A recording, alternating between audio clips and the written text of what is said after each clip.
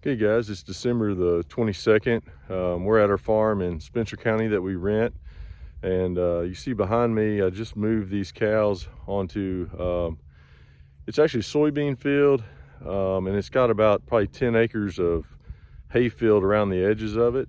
So we're trying to extend out the grazing season as long as we can.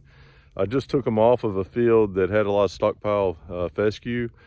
They'd been in that field probably honestly about 3 weeks. We don't rotate as often down here because it's further away and we don't have as much time to come down here and move cattle. But this field's about 30 acres, probably 20 acres of soybeans, and then around the edge it probably has 10 acres of grass. They hate it in the summer, or early summer, and it's been growing up since then. So I'll kind of show you what it looks like. Here's the cows.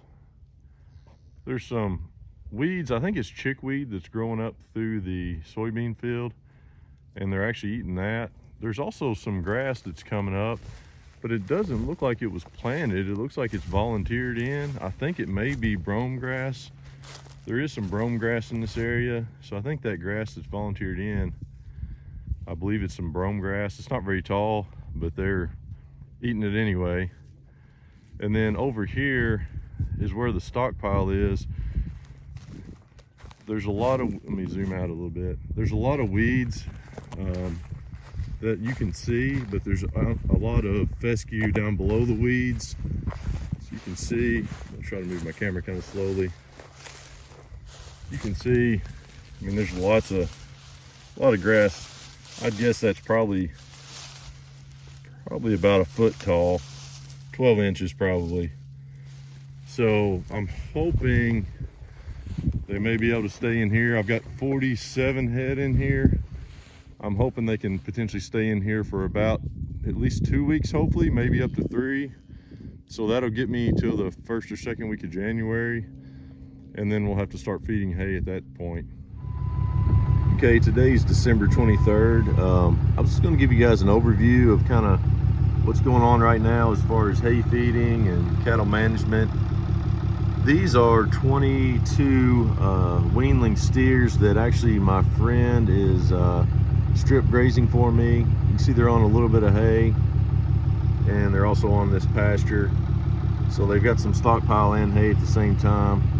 So this is this group of cattle. This farm's not far at all from the farm that we own.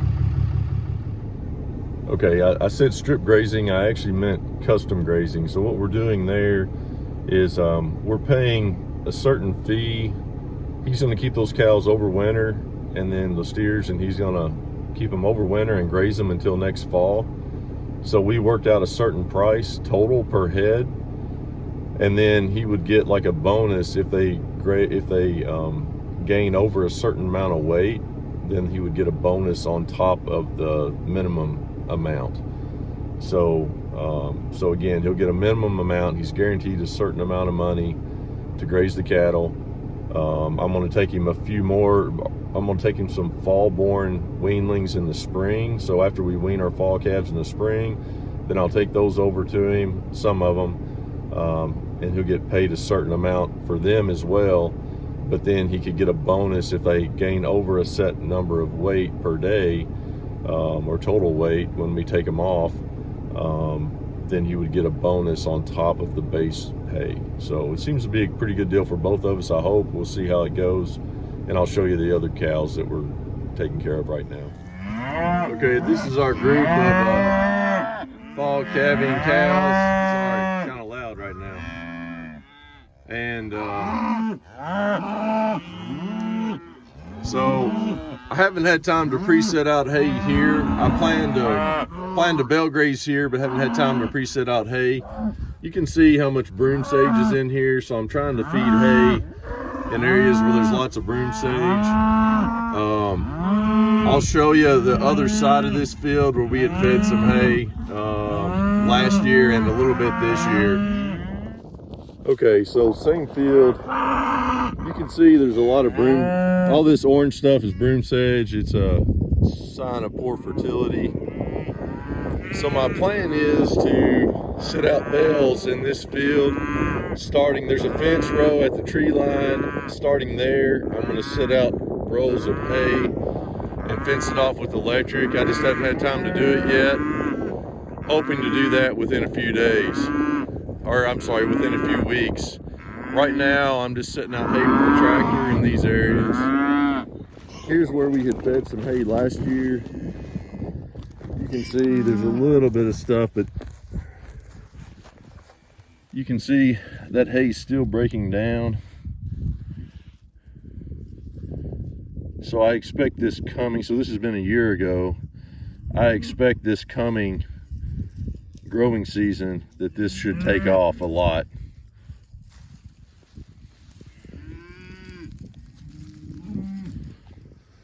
Okay, same field. This hillside is where I'd fed some hay last year and a little bit this year. So those dark patches are where hay was fed last year. There we go. And then you can kind of see a few areas where we fed this year, not very many. So again, that ground was extremely poor fertility, and I expect it to be a whole lot better this coming growing season. Okay, this is hopefully a little better view of that hillside. So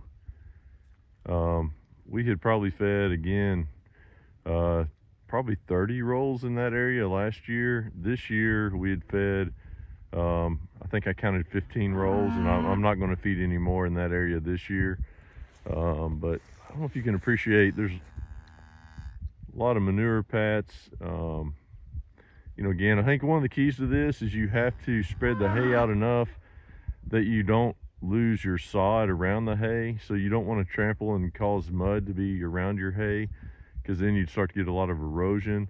So you want to feed them close enough you're adding fertility, but far enough away where you're not creating mud. Here's another view of the same thing. I think this angle maybe shows it a little bit better.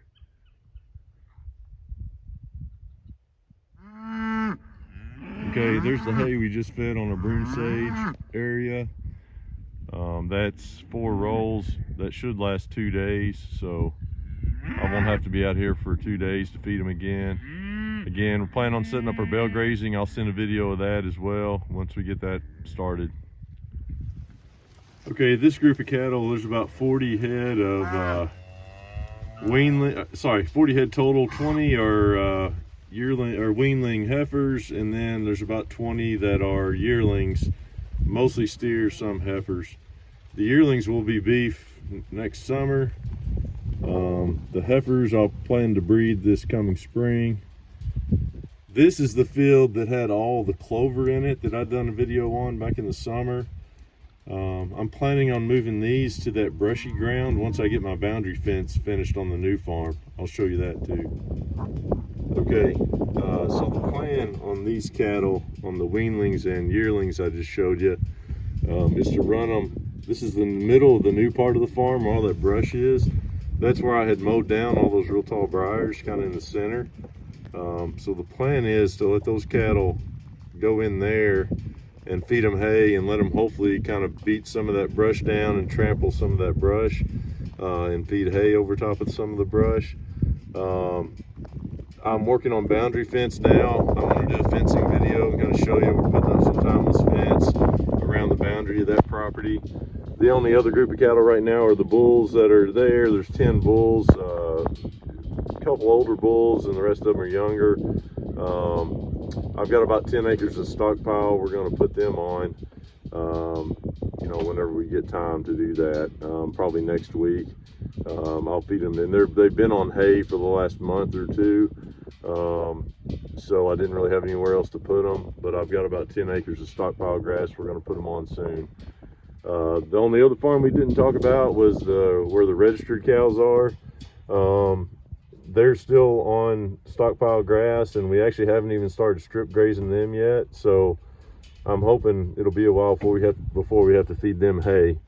So then I'll show you that setup once we get the strip grazing set up, and once we start bale grazing, I'll show you guys all that, and then I'll show you some fencing videos that we've done that we'll put together soon. Thank you all, and you'll have a good day and have a Merry Christmas.